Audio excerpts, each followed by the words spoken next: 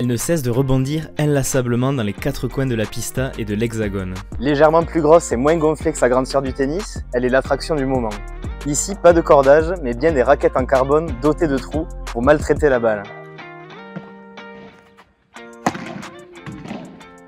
Confondu il y a encore peu par son homonyme phonétique pratiqué debout sur une planche dans l'eau, le padel n'est désormais plus un sport confidentiel, mais bien celui dont tout le monde parle. Exporté par nos voisins espagnols où il est considéré comme une religion,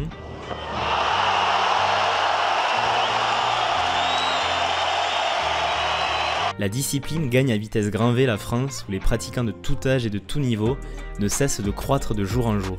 Tennisman frustré ou en quête de nouvelles sensations, sportif curieux, vétéran usé physiquement, la discipline attire des profils très éclectiques et séduit par son accessibilité techniquement et son côté terriblement addictif.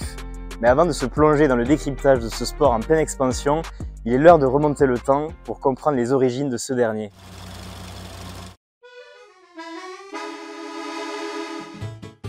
C'est au Mexique que le padel est né en 1969, et voici son créateur, Enrique Corcuera, un homme d'affaires féru de tennis. A l'époque, ce Mario Bros mexicain n'a pas assez de place dans son jardin pour jouer au tennis avec ses amis, et comme son niveau est plus que douteux, il a tendance à boiser énormément et à envoyer valser les balles sur Mars. Pour y remédier, il décide alors d'ériger un terrain miniature de 20 mètres sur 10, entouré de murs de 3 à 4 mètres de hauteur. Il ne le savait pas encore, mais le tout premier cours de padel de l'histoire venait de voir le jour. C'est lors de la visite de son ami le prince Alfonso de Oneloé, venu d'Espagne, que Corcuera lui fait découvrir ce sport complètement exotique. Puis la magie va opérer. Le prince espagnol, connu pour avoir fondé le célèbre club de Marbella, y prend goût à tel point qu'il importe la pratique en Espagne au milieu des années 70. Le phénomène est en marche. La discipline est boostée par la participation au tournoi de grands noms du tennis, comme la légende Manolo Santana, quadruple vainqueur en Grand Chelem et fervent défenseur à l'époque de ce nouveau sport simple et ludique. En organisant des compétitions sur la Costa del Sol, la légende disparue en 2021 a été l'un des principaux artisans de l'explosion spectaculaire du padel dans son pays. Pour convaincre les plus sceptiques, voici quelques chiffres qui permettent de mesurer l'impact et l'ampleur qu'a pris la discipline de l'autre côté des Pyrénées au fil des années. Avec ses 8 millions de pratiquants, le padel se place comme le deuxième sport national en termes de joueurs, juste derrière l'indétrônable ballon rond. Mieux encore, la nation de la paella comporte désormais plus de licenciés en padel qu'en tennis. Si les Banderas, Vibora et autres Chiquitas font lever les foules en Espagne depuis une vingtaine d'années, grâce notamment à sa légende absolue Fernando Belasteguin, dit Bella, considéré comme le Federer du padel, la France a emboîté le pas depuis peu et s'est laissé séduire par l'envol du padel. L'une de ses plus ferventes ambassadrices, Léa Godalier, numéro 2 française et classée 44e mondiale, fait partie de cette vague de joueurs prisonniers de cette cage de plexiglas que l'on surnomme les padelistes qui déferlent dans les clubs des quatre coins de l'Hexagone. La joueuse de 27 ans m'a fait l'honneur de m'accueillir au Tennis Club Occitan à Auch, dans le Gers, où elle est licenciée. C'est dans ce décor aux allures de Roland Garros miniature, au panorama imprenable sur la chaîne des Pyrénées, que la native de Tahiti répète ses gammes avec son coach Baptiste Benetou, en vue de ses échéances du World Padel Tour. Créé en 2005, celui-ci est au padel ce que sont les circuits ATP et WTA au tennis. A leur instar, le WPT et ses champions obéissent à un calendrier dense qui se déroule dans le monde entier. De retour de Grenade en Espagne où elle s'est hissée jusqu'en 8e de finale avec sa partenaire italienne Carolina Orsi, Léa est revenue sur sa performance. Ça a été un tournoi génial parce qu'on a battu les sœurs Alayeto qui étaient tête de série numéro 8 sur ce tournoi. Super. Mais qui sont anciennes numéro 1 mondiale pendant beaucoup d'années. Et honnêtement, quand on rentre sur le terrain, franchement, elles font peur au début. Il y a une aura un peu, ouais. Elle dégage quelque chose. Ouais, hein. tu sens qu'il y a quelque chose de... Qu'elles sont sereines et qu'elles savent, qu'elles connaissent leurs armes. Et puis nous, on s'est dit, attends, ça faisait quelques semaines qu'on jouait bien.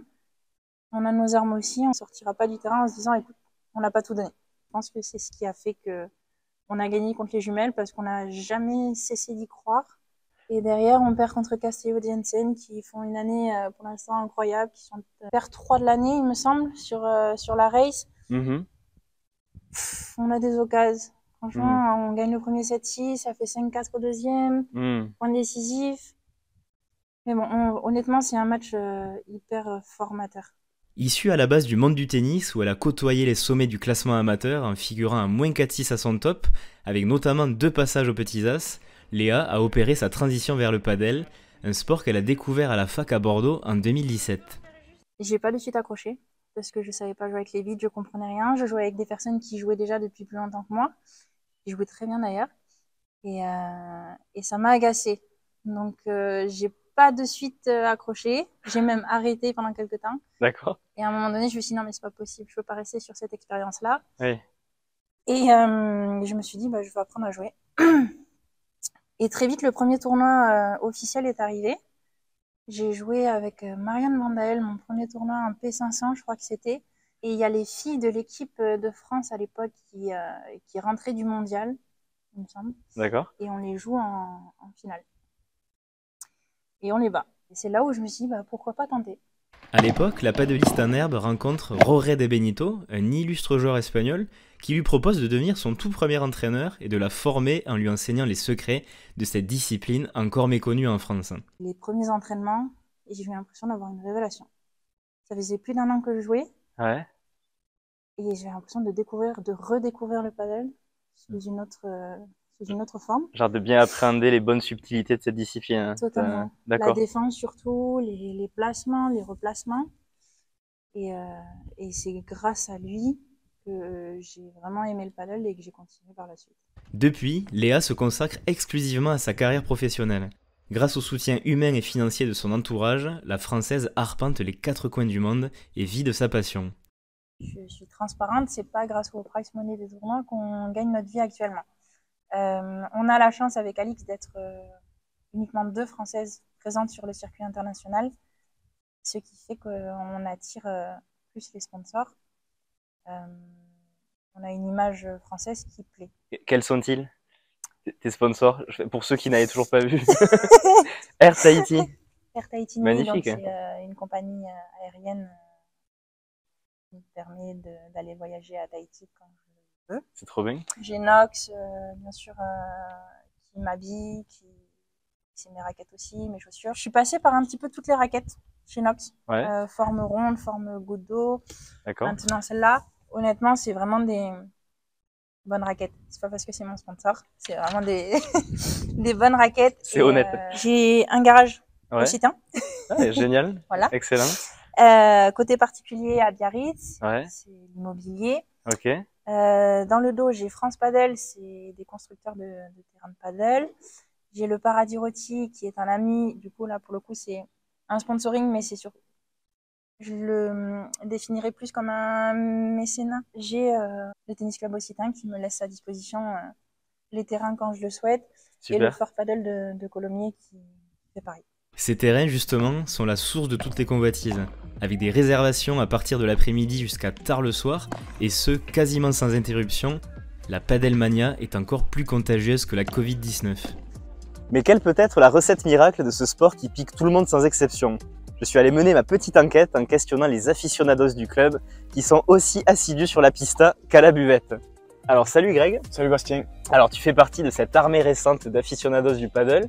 Donc tu as découvert ce sport il y a quelques mois et tu t'y adonnes de manière intensive et fréquente dans ce cadre idyllique au Tennis Club Occitan. Première question toute simple, est-ce que tu peux me dire comment tu as découvert ce sport? Dans un deuxième temps, est-ce que tu peux me dire qu'est-ce qui te passionne autant et qu'est-ce qui te rend aussi accro à cette discipline? Alors écoute, moi je connais ce sport depuis maintenant 1 an, je le pratique aussi depuis 1 an. Je l'ai découvert par le biais de copains. Moi je suis de base issu un peu du tennis sans en faire en club. Donc voilà, je me suis mis au paddle l'été dernier. Et en fait ce que j'ai adoré c'est vraiment pouvoir être à plusieurs et l'esprit d'équipe, se motiver à plusieurs et aussi peut-être le fait que ce soit un peu plus petit, un peu plus réactif par rapport au tennis. Voilà. Mais du coup, moi, pour ma part, j'avais déjà bifurqué vers le tennis.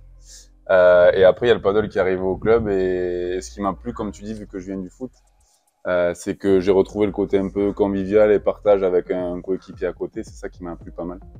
Ouais, moi, c'est un peu pour la même raison. Le fait de se retrouver à deux là, jouer ensemble contre 2 paires différentes, c'est sympa quand tu as les copains. Et après, petit à petit, tu prends du niveau. Et le fait de toujours être en marge de progression, c'est c'est agréable, ça donne envie de toujours jouer, et surtout pour toi. Moi, Ouais. Et après, on finit la bière tous ensemble. Exactement.